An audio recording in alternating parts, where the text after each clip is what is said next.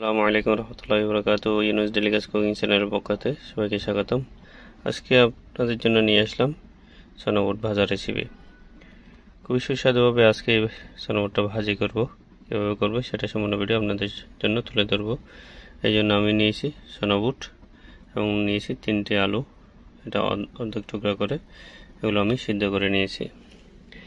এরপর পেঁয়াজ কুচি লম্বা লম্বা করে পেঁয়াজ কুচি করে রেখেছি, আর এখানে টমেটো আর কাঁচামরিচ নিয়েছি। এগুলো দিয়ে আমি এখন ভাজি করব। চলুন তাহলে দেখা যাক।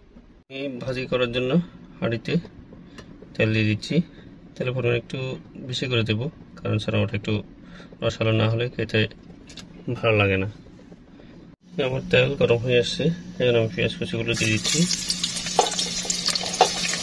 এগুলো ভালো করে ভাজি করে নেব। হালকা বাদামি কালার হয়ে আসলে আমি বাকি মশলাগুলো দেবো।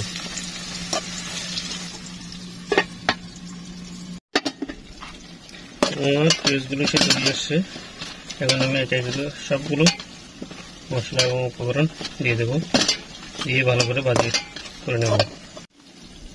যে আমার মশলাগুলো রেডি করতেছি, আমি ধনে গুঁড়ো দিচ্ছি, এটা মিক্স মশলা, এটা আমি 3 চামচ দেবো, কারণ একটু ঘন না হলে খেতে স্বাদ লাগে না। তারপর একটু কালার আসার জন্য হলদে গুঁড়া দেবো আধা চামচ। এরপর একটু ঝাল হওয়ার জন্য মরিচ গুঁড়া দেবো 1 চামচ। মরিচ অবশ্যই আমি কাঁচামরিচ দেবো, সে কারণে এটা 1 চামচ দিচ্ছি। এরপর লবণ পরিমাণ মতো।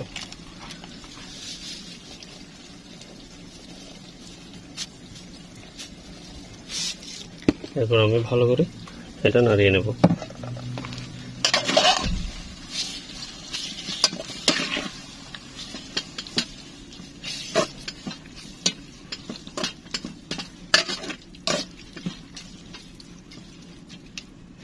এরপর আমি ঢাকনা দিয়ে 5 মিনিট রেখে দেবো। এই 5 মিনিট পর আমার মশলাগুলো রেডি হয়ে এসছে।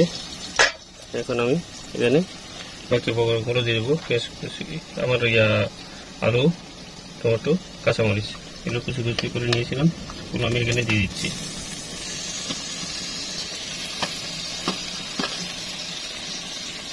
দিয়ে ভালো করে নাড়িয়ে নেব। একটু পানি দিতে হবে, যেহেতু মশলা দিয়েছি একটু লেগে যাবে।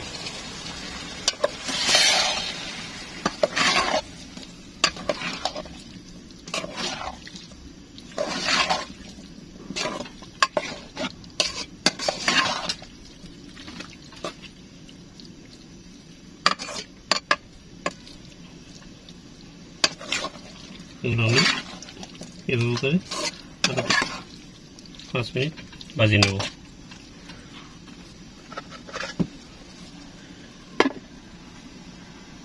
দেখি আমার মশলা কেমন হয়েছে। মাশাআল্লাহ, মশলাগুলো তো রেডি হয়েছে। এবার আমি সনাবুটগুলো দিয়ে দেবো এখানে। এই যে সনাবুট আমি দিয়ে দিচ্ছি। এখন ভালো করে নাড়িয়ে সবগুলো উপকরণের সাথে সনাবুটগুলো মিক্স করে নেব। ভালো করে মিক্স করে নিতে হবে, না হয় সনাবুটের গায়ে মশলাগুলো লাগবে না, স্বাদটাও হবে। সেখানে ভালো করে নাড়তে হবে।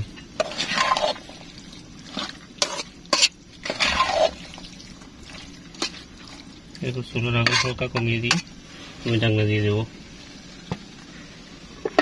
সনাবুটগুলো কেমন হয়েছে? মাশাআল্লাহ, সনাবুটগুলো দেখেন কি রসালো হয়েছে। এখন আমি চুলা বন্ধ করে দেবো, একটু পরে ধনিয়া পাতা দিয়ে দেবো। খানাগুলো রেডি হয়ে গেছে, এখন এখানে আমি ধনিয়া পাতা দিয়ে দেবো।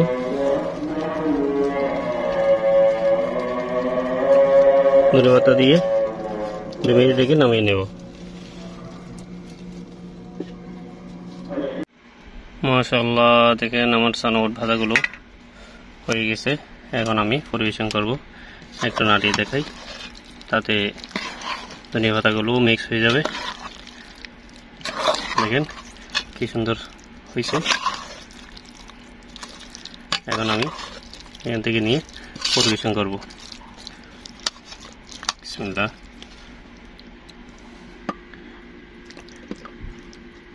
এখানে আমি নিয়েছি শসা কুচি। শসা দিয়ে খেতে আমার ভালো লাগে, তাই আমি শসা নিয়েছি। শসাগুলো দেব, সাথে মুড়ি দেব, খেজুর দিয়ে ইফতার করব। আমার ইফতারের মধ্যে এই সোনা না হলে তৃপ্তি লাগে না। কি সুন্দর দেখতে হয়েছে। সাথে আমি শসা, খেজুর এবং মুড়ি নিয়েছি। এখন সবগুলো একসাথে মেখে পরিবেশন করব। এই দেখেন সবগুলো দিয়ে দিচ্ছি, মুড়ি সহ একসাথে সবগুলো দিয়ে পরিবেশন করব।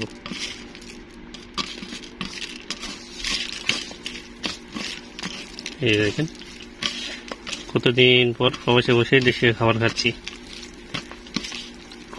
গরম গরম খেতে খুবই সুস্বাদু হবে। বিসমিল্লাহি ওয়া বারাকাতুল্লাহ। মাশাআল্লাহ। আপনারা চাইলে এরকম করে সুস্বাদু করে চানা ভাজা করে খেতে পারেন। তো দেখা হবে অন্য কোনো রেসিপি নিয়ে। এ পর্যন্ত আল্লাহ হাফেজ।